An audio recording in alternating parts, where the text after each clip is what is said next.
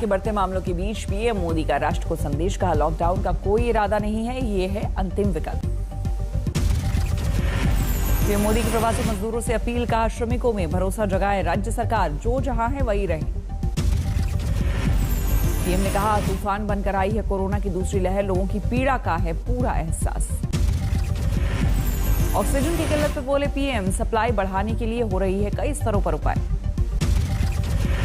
PM ने कहा corona की पहली लहर के मुकाबले ज्यादा तैयार है देश में संसाधनों और लैब का बड़ा नेटवर्क। दिल्ली के मुख्यमंत्री अरविंद केजरीवाल का बयान, दिल्ली के कुछ अस्पतालों में तेजी से खत्म हो रही है ऑक्सीजन। केजरीवाल ने ट्वीट कर मांगी केंद्र सरकार से मदद, कहा केंद्र सरकार तत्काल उपलब्ध कराए ऑक्सीजन। केजरीवाल ने ऑक्सीजन की कमी पर जताई चिंता, कहा कुछ अस्पतालों में कुछ ही घंटे की बची है ऑक्सीजन। मनीष सिसोदिया ने जारी की अस्पतालों की लिस्ट, लिखा इन अस्पतालों में सिर्फ 8 से 12 घंटे के लिए ही बची है ऑक्सीजन। दिल्ली में ऑक्सीजन को लेकर सियासत तेज, मनीष सिसोदिया ने ट्वीट कर आरोप लगाया दिल्ली आने वाली ऑक्सीजन को राज्यों में रोका जा रहा। दिल्ली में ऑक्सीजन संकट पर सख्त, दिल्ली हाईकोर्ट केंद्र सरकार को लगाई फटकार। दिल्ली हाईकोर्ट ने कहा अगर इंसान नहीं बचेंगे तो क्या करेंगे, मानव जीवन से बढ़कर कोई आर्थिक हित नहीं। दवाइयों की कालाबाजारी पर हाईकोर्ट सख्त, कहा हर हाल में रुकनी चाहिए दवाइयों की कालाबाजारी। हाईकोर्ट ने वैक्सीनेशन पर भी जताई चिंता, कहा एक भी वैक्सीन ना होने पाए खराब, 44 लाख वैक्सीन बर्बाद होना चिंताजनक। कोरोना टेस्ट को लेकर भी हाईकोर्ट की टिप्पणी, कहा टेस्ट को लेकर ना हो भेदभाव, जो पहले टेस्ट कराए उसे मिले पहले रिपोर्ट।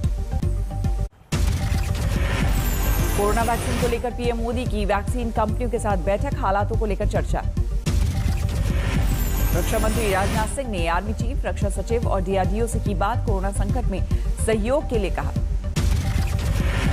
डीआरडीओ ने कोरोना के खिलाफ कसी कमर, लखनऊ, अहमदाबाद, पटना और दिल्ली के लिए डीआरडीओ तैयार करेगा बेड। ऑक्सीजन की कमी को दूर करने के लिए तेजस की टेक्नोलॉजी का होगा इस्तेमाल, डीआरडीओ करेगा मदद। स्वास्थ्य मंत्री हर्षवर्धन का बयान, जल्द हालातों पर होंगे काबू, सरकार कर रही तेजी से काम। महाराष्ट्र में कोरोना के बढ़ते मामलों के बीच संपूर्ण लॉकडाउन की तैयारी, जल्द हो सकता है ऐलान। महाराष्ट्र सरकार के मंत्री असलम शेख का बयान, कहा राज्य में तेजी से बढ़ रहे हैं केस, सख्ती जरूरी। सख्त लॉकडाउन की तैयारियों के बीच महाराष्ट्र सरकार ने फिर उठाया ऑक्सीजन की कमी का मुद्दा, कहा केंद्र की मदद काफी नहीं। महाराष्ट्र में संपूर्ण लॉकडाउन को लेकर बोले आदित्य ठाकरे, कोरोना संक्रमण की चेन तोड़ना जरूरी।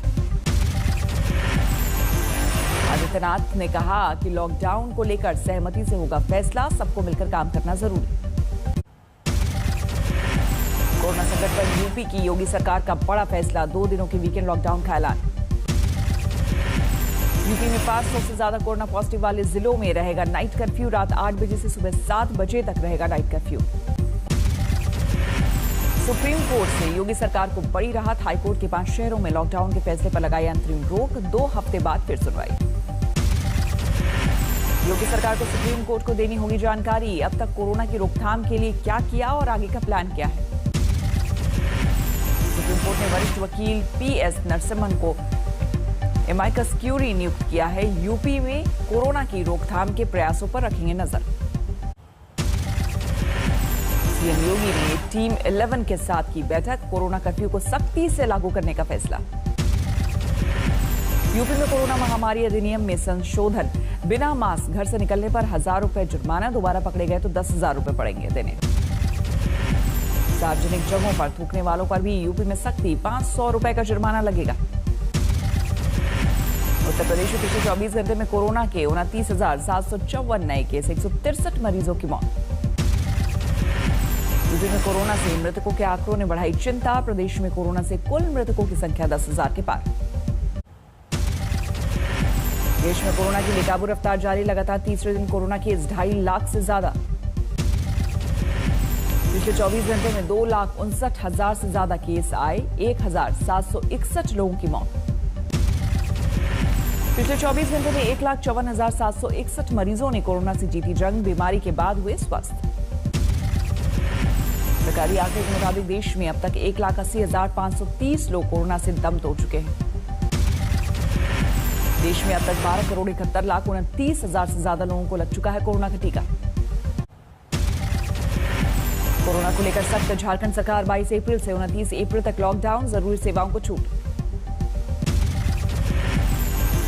राजस्थान में कोरोना के चलते लगेगी धारा 144 22 अप्रैल से 21 मई तक रहेगी लागू। गुजरात सरकार का लॉकडाउन लगाने से इनकार, सीएम रूपाणी बोले 30 अप्रैल तक बेड की कमी हो जाएगी पूरी। कोरोना के चलते यूजीसी नीट की परीक्षा टली, 15 दिन पहले दी जाएगी जानकारी। आईसीएसई परीक्षा पर भी कोरोना का असर, 10वीं की बोर्ड परीक्षा रद्द। राहुल गांधी हुए कोरोना पॉजिटिव, पीएम मोदी ने जल्द स्वस्थ होने की कामना की। दिल्ली के सीएम अरविंद केजरीवाल की पत्नी Sunita corona positive, CM Kejriwal ने खुद को घर में किया आइसोलेट। मुख्य चुनाव आयुक्त सुशील चंद्रा और चुनाव आयुक्त राजीव कुमार भी कोरोना पॉजिटिव। नेपाल के आखिरी राजा नरेश ज्ञानेंद्र शाह और उनकी पत्नी कोरोना पॉजिटिव, कुंभ मेले में हुए थे शामिल। कोरोना को लेकर सख्त, नैनीताल हाई कोर्ट सरकार को सभी अस्पतालों में सीटी स्कैन की सुविधा मुहैया कराने का निर्देश।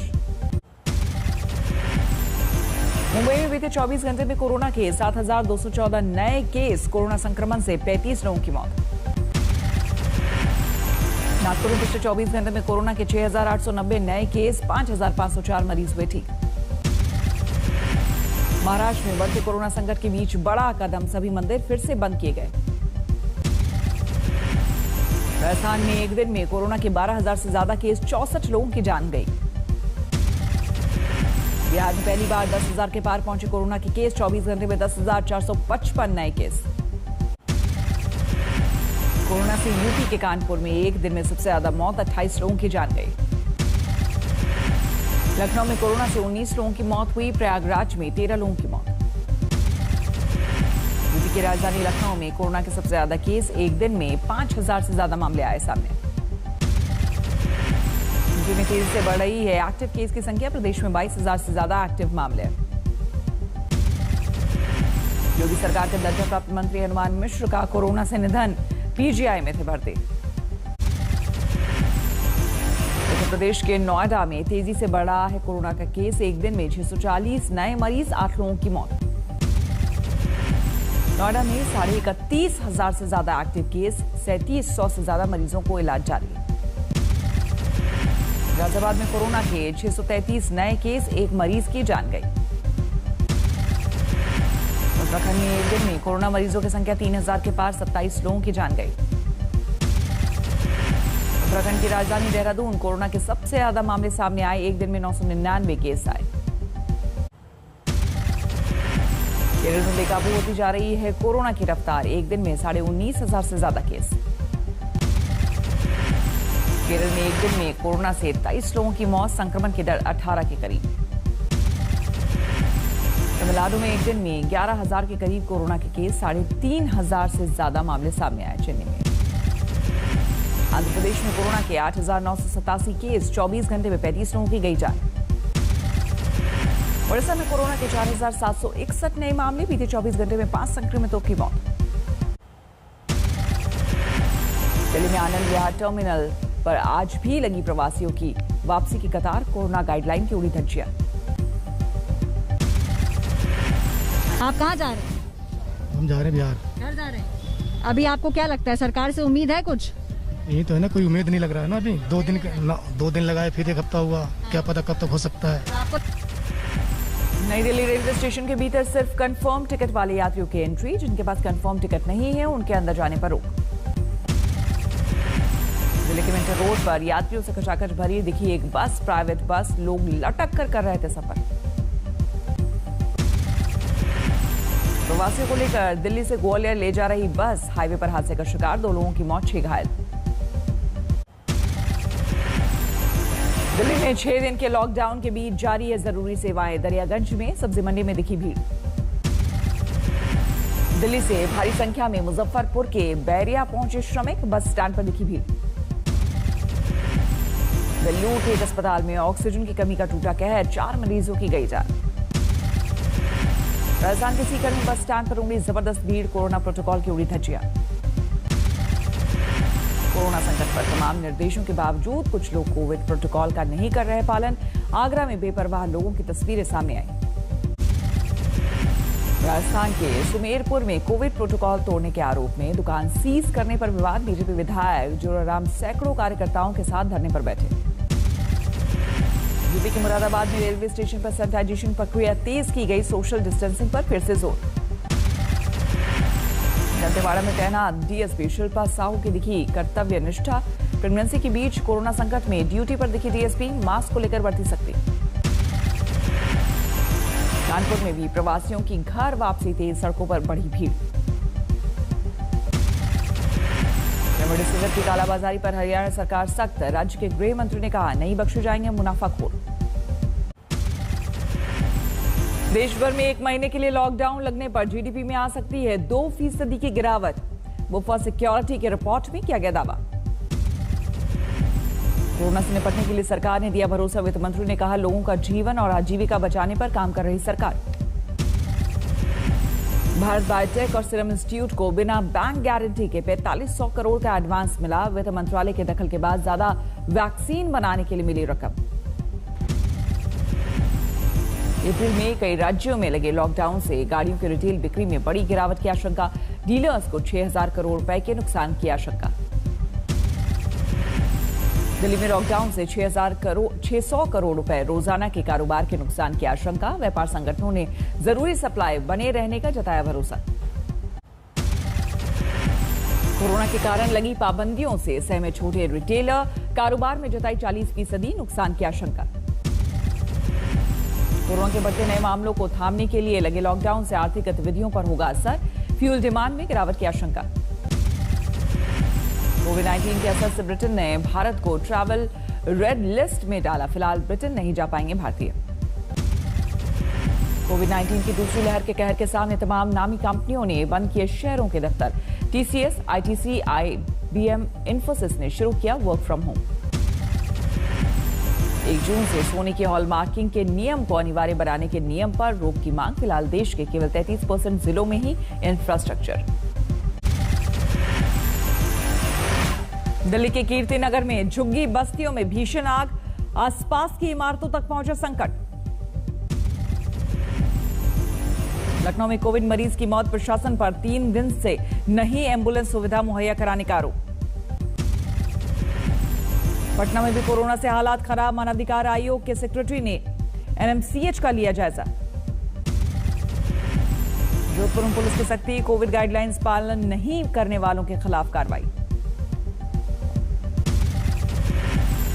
लखनऊ में एक युवक की बेरहमी से हत्या। चुनावी रंजिश की वजह से कत्ल की आशंका।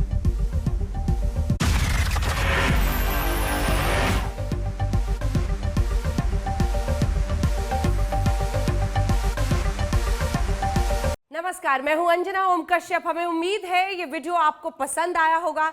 लेटेस्ट खबरों के लिए यूं ही देखते रहिए आज तक और इस वीडियो के पसंद आने पर लाइक, शेयर एंड सब्सक्राइब करना ना भूलें।